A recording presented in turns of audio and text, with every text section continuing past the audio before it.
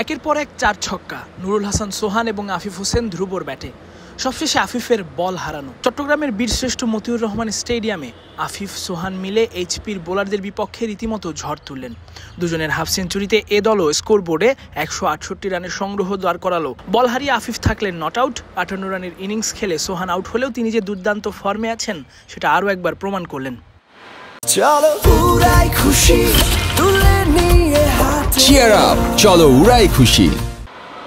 সোহানের এই শটটা দেখুন, লেগ স্পিন বল কিছুটা শর্ট পড়েছিল, ব্যাকফুটে গিয়ে শক্তিশালী এক পুল, তাতেই বলের গন্তব্যস্থল সাগরিকার নীল গ্যালারি। বরাবরই আনঅর্থোডক্স শট খেলাতে সোহান বেশ পটু। এই শটটার নামই বা কি দেয়া যায়, যদিও আউট হতে পারতেন কিন্তু ফিল্ডারের ফিল্ডিং মিসের কল্যাণে উল্টো 4 আদায় করে নিয়েছেন। ফর্মে থাকলে ব্যাটারদের লাকটাও নাকি ভালো থাকে। দীর্ঘদিন ধরে দারুণ ব্যাট করতে থাকা সোহানের এমন শটেও বাউন্ডারিতে বল পাঠানো কিংবা এমন দারুণ একটা লফটেড কভার ড্রাইভ দেখে সোহানের ফ্রি ফ্লোয়িং ব্যাটিংটাকে আবারও হাইলাইট করবে। তাই তো যেভাবে ইচ্ছা সেভাবেই ব্যাট হাঁকাচ্ছেন, তাতেই বল সীমানা ছাড়া হচ্ছে।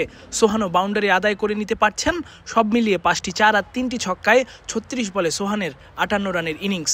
ধারণা করা হচ্ছে টপ এন্ড টি20 খেলতে সোহানকে অধিনায়ক করেই পাঠানো হবে বাংলাদেশের দল।